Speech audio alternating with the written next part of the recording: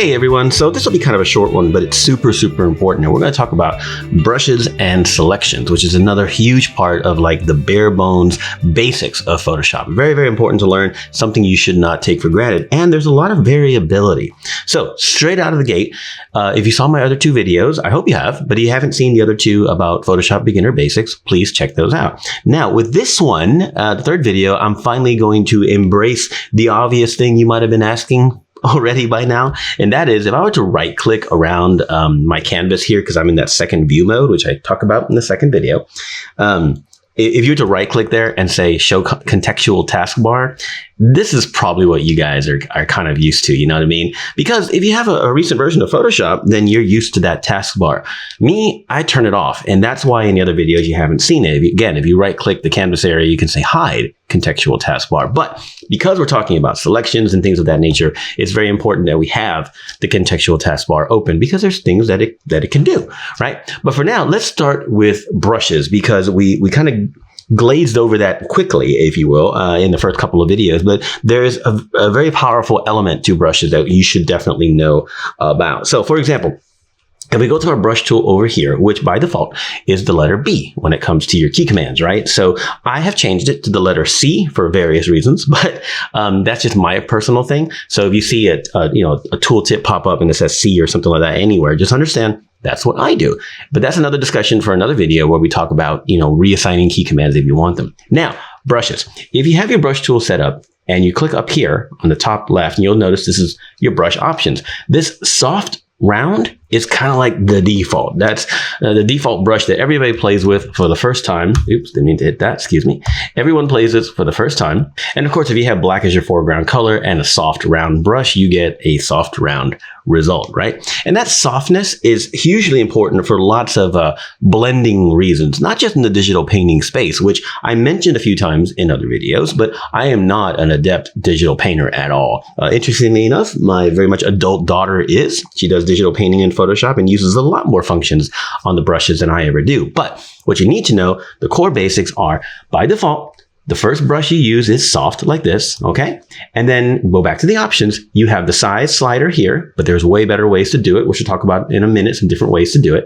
And then we have the hardness slider, and that has to do with the edges. So we go like this, you have a soft blurry edge. And if you go hardness of like 19, the edges get a little harder. And then let's go up to 50. You see how it's not getting as blurry looking? That's really what it amounts to. And there's a 76.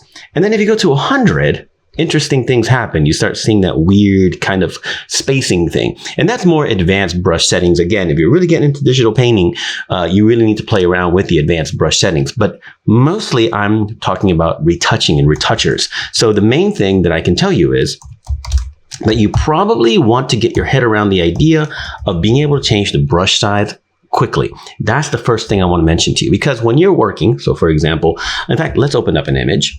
Okay, let's go to this image, which is complete. But let's say we're working on a portrait, right? And we want to do some work where we want to put out some kind of adjustment layer, which we talked about in the last video. And we want to do something with it. Maybe you want to increase the saturation or something of her lips and her makeup, right? Let's say we want to do that. Okay, so if we come here and choose, for example, hue and saturation adjustment layer. And like we talked about in the other videos, I increase the saturation a certain amount. It doesn't matter because I can change it, right? And then on that mask for hue and saturation, I can invert it here on the properties, or I can hit Command I. And now it's black, meaning, like we said in the other videos, that the mask is blocking the effect of the hue and saturation adjustment layer, which is currently boosting saturation by 31, right? So if I go back to the mask with a white paintbrush, everything at 100%, and I paint, let's go ahead and do a hard brush for a moment, okay? Let's say I paint. You see that? We're getting a saturation boost, but as you can see, it's not very useful to us. It has that hard edge. So the first thing you want to do when you're masking in adjustment layers of any kind, especially on photo retouching, is soften those edges a little bit. That way things look a little more realistic. That's step one when it comes to using a brush for a masking effect in a realistic way. So now, if I boost the makeup and maybe the lips, as you can see, now I boosted color. Now I'm not saying this is a great look or this is what I want to do, but it doesn't have that wild hard edge that I had a second ago that makes masking more or less impossible, right? So off and on, you'll see that we added saturation, which is just one of the many things that we can do. But I'm going to go ahead and fill that mask again with black because I want to show you guys what the brush tools functions that a retoucher should know about include opacity, which is, expected. I think most people understand the concept of opacity. Is it fully opaque, 100%, or is it somewhat transparent, which is anything less than 100%, right? That's pretty straightforward, but let's go ahead and open up. In fact, you know what? Let's use Option or Alt, hold Option or Alt, and click the mask. That way we can see what our mask is doing. Currently, it's all black. So if I paint with white, this is what our masking effect will look like with our paintbrush. Soft edges, and 100% everything. So in this case, I'm using a tablet and a stylus, but if you're using a mouse or a trackpad, every time you make a stroke, it's 100% everything. You can just keep painting and it's 100% everything, okay? That's not very useful for us when we're trying to build up a mask of some kind, especially something like, for example, on her makeup right here. We want to build that up softly and more, not just organically, but more believably. Then we want to build it up in a way that gets us there slowly. So that's what flow is for. Some people, if it helps, some people call flow like a spray paint can. The longer you hold down the nozzle without moving, the more paint, if you will, gets on that area of the wall or whatever you're painting, right? So if I go to flow and I put it something low, like a 10%, okay, I'm going to change the brush size a little bit. If I paint quickly, I get a low grade line. But if I paint slowly and go back and forth and back and forth and back and forth and back and forth and back and forth, you see how it's sort of spray can-like? The more I go, the more it builds up. But what's interesting is that 10% flow is actually kind of fast. Look at that. I got to 100% in a few seconds. So a lot of times there's some detailed things you're going to end up doing in the world of retouching, especially if you get into like dodging and burning for corrective reasons. You're going to build up that flow slow. So 1% is actually pretty common. So you start painting and you can build that mask as wispy as you want or as built up as you want all the way to 100. You see that? It's organic. So if you move quickly, you get this wispy little thing, and then you can build it up. That may not be clear why that matters, but let's give it an example. Let's go back to our image. If we put it, 1% is a little slow for this, so I'm going to go ahead and put it like, I don't know, let's just do 5%, okay? So now, we don't want to just saturate the makeup and lips 100%. Let's say we're not sure. We want to build it up and feather it, as it's called, right? So we have our brush size, and we can do that. So now if we paint slowly, slowly, slowly, slowly, slowly, slowly, slowly, slowly, I can build up how much of that layer effect, in this case saturation, shows up through the area that I'm painting. If I did it very briefly, whoop, whoop, I get a little bit of saturation. And then I can come to the lips here and just do a little pass. But maybe on some areas, I have a small brush and I paint a little longer on there, right? And I get more color there. And maybe on the edges here, I kind of see that? Off and on. Very subtle, hard to see on the video, I'm sure. But that's a way to organically build up your mask, whatever effect it is. In this case, it's saturation, but it can be just about anything, right? So that kind of flow is something you should get your head around, because when it comes to your brush, when it comes to masking in the world of retouching, flow is your friend. Now, opacity has its purpose too. I can't possibly say that you'll never use opacity, but when it comes to building these organic masks, and not just on people, not just on portraits, a lot of times you want to just build something up, like I said, in a natural, almost biological way, because most biological things, whether it's a plant or a pile of dirt or a tree or a human being or an animal or fur, all of that doesn't have hard lines that are 100% or 0.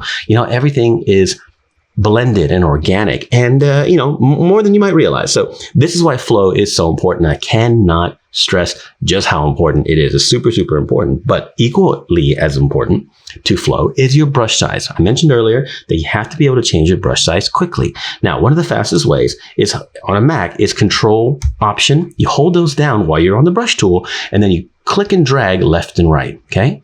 See that? And I believe on Windows, oh goodness, I forgot suddenly, Control and Option, whatever that is on Windows, hold those two down, click and drag. That's going to change the size if you go left to right, okay? If you go up and down, it changes the hardness. See that?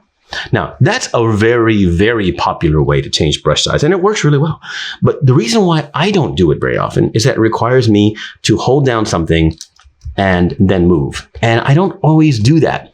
Secondly, at least for me, this is only for me, guys, I change brush size in small amounts. On occasion, I need to go from this size to something big, and then, of course, I use that method. Most of the time, I'm not working on an edit needing to go from this size to this size all the time. Usually I'm incremental, up and down. So I mentioned before in another video, the bracket keys, which are to the right of your letter P on your keyboard, those bracket keys increase the size incrementally. There's the right bracket, there's the left bracket, right bracket, left bracket. I do that with some regularity.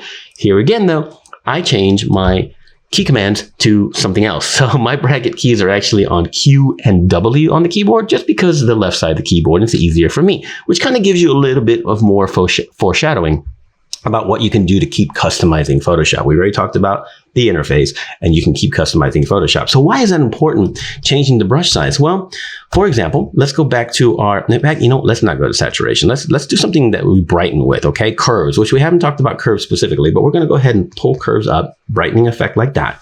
And then we're gonna invert the mask, okay? And now we can paint with white. So if I have 100% everything, then I create a brightening effect. And that's not that useful unless I know I want to do just a straight on or off brightening. So if I choose like a, slower flow, maybe like a 5%, I can decide to brighten, let's say, there we go, kind of the iris here a little bit, and maybe right in here, just add a little bit of curves brightening to the dark area. You see, I'm flowing it in really softly to create a very realistic look. Now, if it's a beauty edit and you're really being detailed and you want to have that organic kind of, result where it's seamless and you don't see the brightening effect very strong, then yeah, take the time to set the flow just right and do the work involved to make the mask just right. If it's smaller or blurry and it's not that important and the eye can just be brightened with a one click almost, then maybe that'll work. That's more philosophy than it is technical. So off and on, if we hold down Alt or Option and click the mask, you see the mask, curiously, it's eye-shaped, but it's organic. It has those blurry spots. It has, the blending, etc. But the key thing is while I'm working, I might want to change the brush size. In fact, you're going to want to quite often. So if you want to brighten, for example, let's go ahead and reset that mask, okay? Let's say I want to brighten the dark area underneath the fake eyelashes here and some of the iris, etc., etc. If I just have that brush size arbitrarily by any chance, and then I start painting, I will absolutely get a brightening effect. But what's going to happen? You notice right around here, we have some haloing. Off, on, right in here in those hairs. That's because the brush was too big for the job. And if I keep going, then I'm brightening more than I want. The brush was too big for the job and I got sloppy. Second, if the brush is too small for the job, like something like this, and I go to brighten, I'll probably get the job done at some point, but I'm going to create some lines and weird hard edges on accident because I'm painting with a line that shouldn't be the case. Your brush should ideally sort of fit the area that you're working in. Okay, because you don't want to create fatigue by having too small of a brush and these weird stripy looks. And you don't want to have glowing effects or any other type of bleed over because you have too big of a brush. So changing the brush size actively while masking, not just choose a brush, okay, and then start working. And then don't change the brush size. No. When you're creating a mask with a brush, you're not doing any type of automated process. You have to understand that. I know it sounds obvious, perhaps. Maybe it doesn't sound obvious. But in the modern world of AI and healing brushes and gen fill and everything else, we are kind of getting used to and have been used to tools that do things. All we do is kind of give it a general idea. If you go to your remove tool and say, there's an earring sort of there, remove it. Then you send it on its task to go remove the ear, and it kind of analyzes and uses this little AI brain and says, oh, okay, I see the object that you're considering. I'm going to consider the area around it. And there you go. Now your earring's gone, right? For better or worse. Anybody who's ever used these tools knows that sometimes they miss. But when you're masking with a brush, which is absolutely just baseline core level editing techniques, when you're masking with a brush, it's not smart. You have to do it. The results will be way better, but you have to do it. So the brush size can't be arbitrary. Oh, get close to the earring and Gen Phil will know what to do. No. We need to dial in that brush just right. And over the years of teaching Photoshop and teaching retouching, what I have noticed multiple times is people who have the right idea and simply have the wrong brush size. Or even if they're getting a good result, it's taking them forever because they're using a brush that's too small. They're fighting against themselves because they have too much bleed over and they're constantly fixing it, right? Because you can always hit the letter X and flip to black and start painting black back into the mask and undo the effect, right? But I notice that people are either inefficient or hurting themselves because they simply don't change the brush size. So I know I've really harped on that, but I want to make that very, very clear. The brush size should change with the area that you're working in while you're working actively to make sure that you can get those smooth results. Sometimes you want a thin one so you can get that area there a little sharper around the iris, maybe give a little extra glow to that reflection. Cool. And then a bigger brush to broadly bring a little bit of depth into the shadows. You notice the brush is changing while I'm working because I have my hand on the keyboard. Okay, right there. So I went from this to that. You see that difference? And if I feel like I have some bleed over, I can come and use black and paint that over. It's not too bad there. Okay. You see that? It seems maybe obvious, maybe not, but it's not just use a brush, paint white, job done. No, the brush is integral. It's literally like trying to learn painting and you never ever like oil painting, for example. Let's say I want to learn oil painting. So you focus on the canvas, and you know how to stretch a canvas, and you focus on mixing your own custom colors, and you focus on the palette that you want to use, and you even get a nice afro like Bob Ross, and everything's set up, and then you just grab whatever brush you have in a box and start painting. No. The brush is where the magic happens, okay? And even on retouching, even on masking, brush settings matter. Do not discount that, okay? Very, very important. Now, there's a lot of other things brushes do, but the hardness and softness, as it were, or the hardness amount, 0% hardness is softness, I guess, and the brush size actively changing while you're working, and then flow. Opacity is pretty straightforward, but flow is very, very important, even at super low settings like 1%. So those things right there that I just mentioned are the hallmarks of a good retouching set of tools, if you will, when it comes to understanding the brush. Because a lot of times, like I told you, I find people are falling on their face because they're not using brushes accordingly to create masks for adjustment layers and any other kind of layers, because that's so important in retouching. All right, so now I want to talk about selections, and I want to say up front, this is an enormous rabbit hole.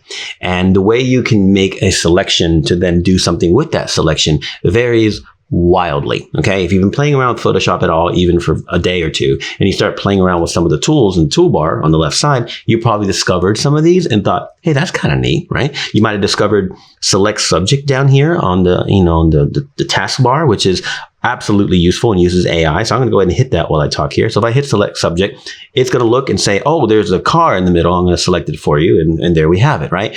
Now, selections in Photoshop, which you probably have seen 20, 30 years ago, not so much, but now just about everybody has seen what they call the marching ants. And that's this line, this kind of dashed line going around that shows that that selection is what we call active. It's not doing anything, but it's active. It's ready for you to do things with that selection, right? And of course, with your taskbar here, you have Gen Fill, which is a Photoshop Firefly thing. You can remove, there's all kinds of things. You can fill it. You can add an adjustment layer with that selection as a mask. And that is where I want to start. Gen Fill and all this other AI things. It's cool. It's super cool. Okay. But really core functions, again, for retouching are very important that you understand this, right? So we're going to start with this. Then we're going to go over some of the basic tools in the toolbar. I'm going to tell you what I recommend is worth using and what's not, and how to create selections and undo selections, etc.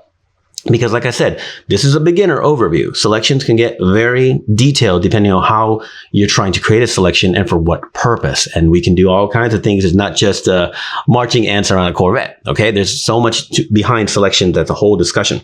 But we're going to start with the basics to help you out here. Now, if you have a selection and you don't care about the, toolbar down here, what's really great about having a selection running, as like I mentioned, that's what this is called. It's an active selection. Is that now, like we talked about in the last video, adjustment layers will take on that selection as a mask immediately. So I have that selection, which in this case was created with Adobe's subject selection. Cool. All right. So let's say I come here and I go to hue and saturation. When that adjustment layer is made, the marching ants go away. The selection is no longer active. And I have the adjustment layer of hue and saturation with the mask. So hold down Alt or Option and click it. There's the Corvette. Now, that's about, I don't know, I guess subject selection is 7 or 8 years old, maybe something like that. And it's getting better every year. Time was we would have to mask out the Corvette on our own. And we did things like that for a couple of decades, to be honest, etc. But what's that mean? Well, that means that now I can saturate just the Corvette, right? And let's put a little bit more actually, right? Or I can maybe desaturate the Corvette, right? And if I really want, I can change the hue of the Corvette, right? Now, a literal selection like select the car and mask it out and do something to it. That is one way of leveraging hue changes or saturation changes, etc.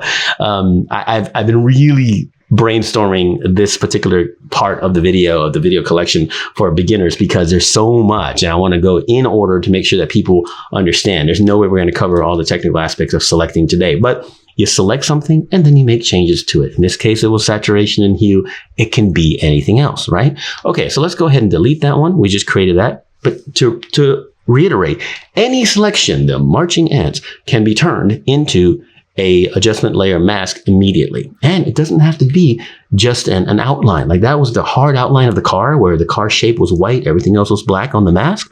It doesn't have to be a hard outline. It can be any level of gray in between.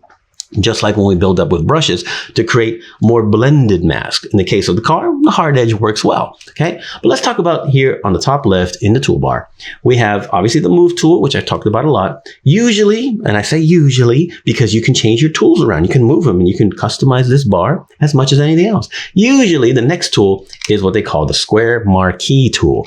If you click and hold on that tool, you also see there's an elliptical marquee tool, okay? This goes back to OG Photoshop. A square capture box. That's kind of what we used to call it, a capture box or a capture tool, etc. And over time, it became a marquee tool, and that's what we call it now. Now, in the world of graphics, clicking and dragging and creating a square selection is hugely useful.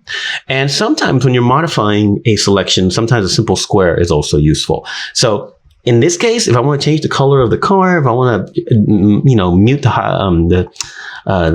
the saturation of the background, no, the square selection isn't going to help me, but it's still a selection. So if I hit Command D for deselect, Command or Control D, that turns off any active selection I happen to have running. Very important, because when that selection is on, let's do it again, another square. When that selection is active, a lot of things that you do will be relevant to only that selection because it assumes you're capturing it for a reason. That's what Photoshop is thinking. So if you're like, no, I don't want that, well, don't move on to the next step yet. Hit Command or Control D and deselect. Very important, trips people up quite a bit. But let's go ahead, once again, make the square. If I go to any adjustment layer, in this case, I'm going to go to brightness and contrast. Now, hold down Alt or Option, look at the mask. I have a square mask, which, in this case is not going to be the most useful thing in the world, but for graphics reasons, who knows? Look at that. Now I have a little faded looking dark area and I can put text over it. It looks like an ad or something. See, for graphics work, those kind of marquee things are very useful, but you never know how useful it can actually be. Selections also can be made with something called the lasso tool, which goes way back to old school Photoshop as well. We have the normal lasso tool, which is where you can just draw a shape. And then your marching ants show up and now you have that shape. And you can imagine I could make an adjustment layer and get that shape, right? And then we have something called the polygonal lasso, very, very common. In this case, instead of clicking and dragging, you click once, you have a line, you can move it around, click again, click again, click again, click again, and then bring it back and click, and now you have a polygonal selection. Now, that is also useful for graphics, but it can be useful in situations where you need to create a selection of something geometric, even on a photo. Right? Maybe not a Corvette, but in some cases you want to do that. Now, there's also something called the magnetic lasso tool. Okay, I'm going to skip that because there's also another thing called, like the magic wand tool, which is a whole another discussion. We have over here the object selection tool, which is more new. That's a couple of years old, and that has to do with Photoshop's AI. We have the quick selection tool and the magic wand. Magic wand is the real old one. Let's start with magic wand because there was a time when this is our first line of defense and actually our only line of defense of creating complicated selections. And it worked okay, but it had problems on the perimeters, on the edges. So let's work with that. Currently, the magic wand tool, I'm going to show you this because I'm going to tell you why I don't think you should use it. Okay, we have a tolerance of 8. In other words, wherever we click, how much tolerance is going to spill over into the adjacent pixels to select more. Then we have contiguous, meaning that it'll find pixels of the same range in that tolerance of 8 based on where you click, but only if the pixels are adjacent, contiguous to the selection. If you don't turn on contiguous and click orange, anything in that range along the entire image will be selected, right? So if you come here and say, okay, contiguous anti-alias, which is a technical term for just softening the edges ever so slightly so it doesn't look like hard pixels, it doesn't look like blocks, right? So let's say I use that and I click the car. Okay, I have a tolerance of 8. You see that wild marching ant selection? Not very useful. Command D. Let's bump up the tolerance to like 26. Click the car again. Okay, we have more. But all selections can be expanded on. whether you're using the magic wand tool, the marquee tool, the lasso tool, by holding down a couple of keys. Hold down shift and I can click again and add and add and add and add and add and add and add. And you might think, oh, hell yeah, this is how I want to select the car paint. Sweet, I can just keep clicking and clicking and clicking, and I can eventually select all the car paint. I'm here to tell you, no. The magic wand tool was it was lightning in a bottle in 1996. But right now, it's there for very fast things, especially in the graphic space. It's also for things that don't really matter accuracy, because there's so many better ways to select the paint of the car. Technical ways, don't get me wrong, which we're not going to cover here. But it's not to say that this will fail you utterly. If you have the patience, I'm going to deselect real quick. If you have the patience and bump up your tolerance, and start clicking around, you could get, oops, I got the road on that one because I accidentally clicked the bumper. Okay. Who knows what you can get? There are other ways to expand this selection, by the way. I'm literally doing clicking, what a beginner might do, because they don't know about the other options, and that's okay. I've missed some of the back there, but that's a dark orange, so it's probably not going to work. There's some of these panel gaps here. Okay, fine. I have that close enough. With the marching ant selection, let's say I go to hue and saturation, adjustment layer. Now I've created a mask with that. Hold down Alt or Option and look, and there it is. Hey, it's not too bad. If we zoom in, okay, it's not too bad, but there are things that are missing, and it might work for a small change. That's the kind of philosophy I want to mention to you about masking. For small changes, your mask can have you can take some liberties with a mask, right? Like hide your crimes, as it were. So for example, if you want to change the saturation a little bit on that mask, okay, now we've boosted the saturation of just the paint. It's extremely subtle, but it's boosted. Very, very subtle, and it works. However, if I want to make the car gray, now I failed, because when I desaturate, I have all the problems shown up. Radical changes will show your crimes of a bad selection a lot faster. Subtle changes, not so much. If you have an orange car and the order of the day is a purple car, here again, the problems show up. And you can manually change all of these things. So even though I don't recommend selecting a car this way if you're going to change the paint color, let's talk about modifying that, right? We started with magic wand tool. In this case, it could have been a lasso tool. It could have been the marquee. It could have been any number of things to create the marching ants. Then we added a hue and saturation adjustment layer, and we have a mask. But now that mask is no longer marching ants. It's pixels. So while we're there, it's the same philosophy of masking that we've already talked about. So this weird reflection here, let's say I paint with white on the mask, I can just paint over that. And all these weird reflections, I can just paint over that. And then now that's no longer, weirdly masked out. The reflections are part of the selection. Here, whether I'm looking at the mask or not, I can paint with white, and you'll see my purple shift shows up. And you can carefully come in here and modify your mask exactly where you need to go. All the little areas that were missed by the magic wand, etc. Okay. And this process, though, like I said, there are better ways to select the paint of this car. This process is not something that you're going to avoid. When you're making a mask, something a little more complicated, or at least you want it to be accurate for different reasons, so you can make these big changes.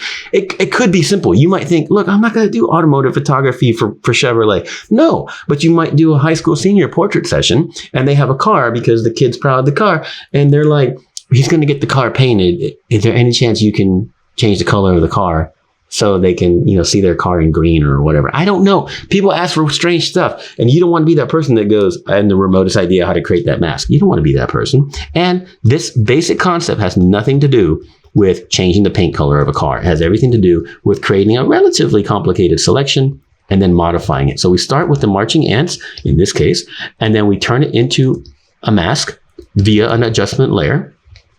Okay. And then we use our paintbrush on white to clean it up. I mean, I can't tell you how many times I've done this in the last 30 years. Take a selection and then slowly fix it and clean it up. Now, the vast majority of the work being done by the magic wand is at least a start. Don't get me wrong. Doing this 100% manually, first of all, tedious. Second of all, your edges are going to have a problem because there's a lot of geometric shapes here, right?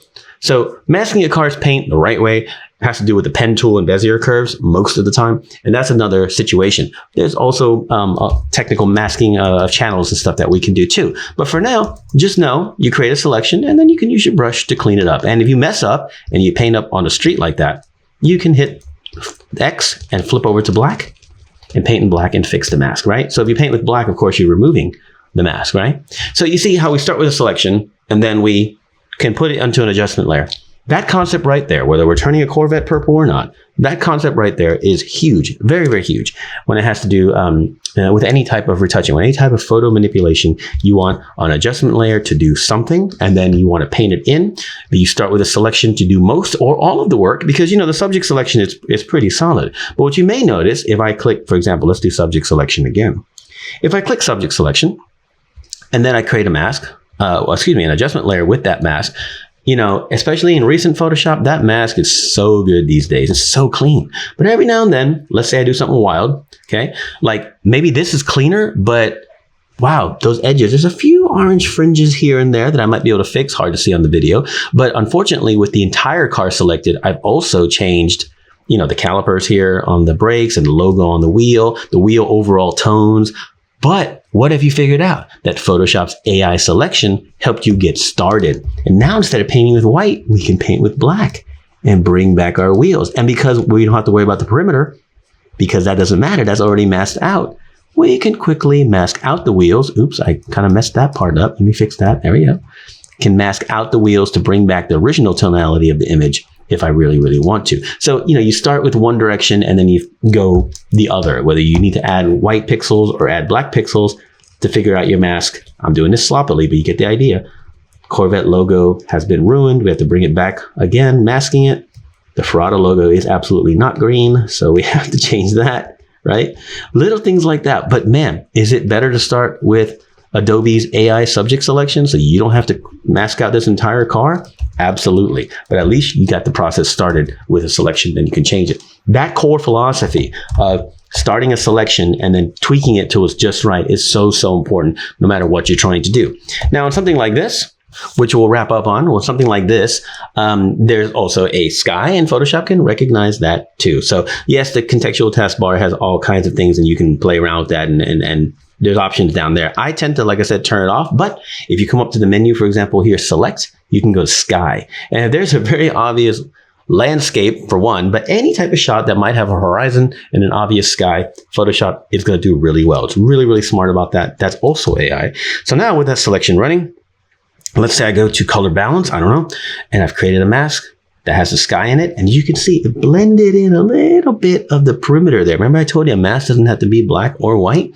So it blends that in using its AI, knowing that there's a little bit of sky haze on those faraway mountains, in this case canyon. So because of that, that's AI for the win on that one, right? When I make changes, like if I go to mids and add pinks, you can barely see that, huh? Okay, there it goes. Yeah, let's go to the highlights actually. We can add red, we can add cyan, we can add pink to it, we can add deep blue, maybe yellow. We went from this to this, very, very subtle. What about our mids? Let's make some wild changes here. Let's see if we can see something a little more wild. There you go. Off and on. Although there's a banding there because this is an 8-bit JPEG, like I said, 8-bit JPEG, excuse me, so it's not very big is what I was trying to say. That's going to create some banding, but on your 16-bit master edits, you won't run into that. But the sky selection is very, very powerful. Subject selection does pretty well on cars and dogs and coffee cups and people. So definitely use that, and it could be the beginning of a selection. But always, always, always, guys, when you're using these automatic selections to create a mask, always check it. I cannot state that enough. So if I come here and say, okay, hue and saturation layer again, and if I hold down Alt or Option, I can see I have a really solid mask. But again, small changes, easy. So if I come here and shift the hue, maybe not that way, to yellow, cool, easy. That's a very easy change. Any discrepancies in the mask that aren't completely accurate will probably be fine. But if I make a major change, then the mask issues will come out. See right there? Okay. You see there's a lot of sort of, fuzzy looking hairy area there because all those hairs are going to create a lot of different textures and lines, and it's not clear where the perimeters are. Photoshop get lost a little bit. So when you make a radical change, I don't know why you would make her green, but if you make a radical change, check your mask. You may have to tweak something. Like right in here might be a good opportunity to take a black paintbrush, a semi-hard hardness, because that's not a blurry edge, and then sort of fix it manually, right? Which is a pain, but don't get yourself so spoiled that if AI can't do it, that you're lost, okay? Take the time. And this is also where a a stylus can come into play, because when you use a tablet with a stylus, this is a little bit easier. Even if you don't have a lot of drawing experience, you have written things, presumably, and even sketched a sign about a garage sale. You've used these kind of things. Oops. So you can kind of quickly make these masks come out. Now that chain is a little bit weird as well. Who knows what we'll do there? If it was up to me, I would probably just completely mask it out. Not going to worry about it. Okay, something like that. Again, if the order of the day was to make her green, well, there you go. We have to modify the mask. So the AI masks are really good, but you need to double check them to make sure that they're going to give you exactly what you want. So those are kind of the basics, and there's so much more behind it. But if you understand brush size, brush hardness, flow and opacity, especially flow, when it comes to masking, you're going to win. If you understand making a selection and then creating an adjustment layer that has it as a mask and then modifying the mask, you're going to win. This is all crucial in the world of retouching, to understand how to get those changes that you want done. Because like I said, AI is cool, and it's getting cooler and cooler, and it's going to continue becoming more and more useful. But even if you use it, you got to double check it to make sure that your selections are clean and that your results are clean and that things add up and match up. But even then, I guarantee you, no amount of AI is going to replace the core fundamentals of understanding how to navigate around a digital imaging system like Photoshop. So that's why I harp on that, because if you get that under your belt and never have to talk about this boring stuff again, you're going to be flying through your edits and getting things done. And when new functions show up in Photoshop, you're going to know how to implement them because you have those rudiments in place. Don't ignore masking. Don't ignore the brushes. Don't ignore selections. That is the bread and butter, among other things. That is the bread and butter of retouching in any way, whether it's canyons or cars or fashion models.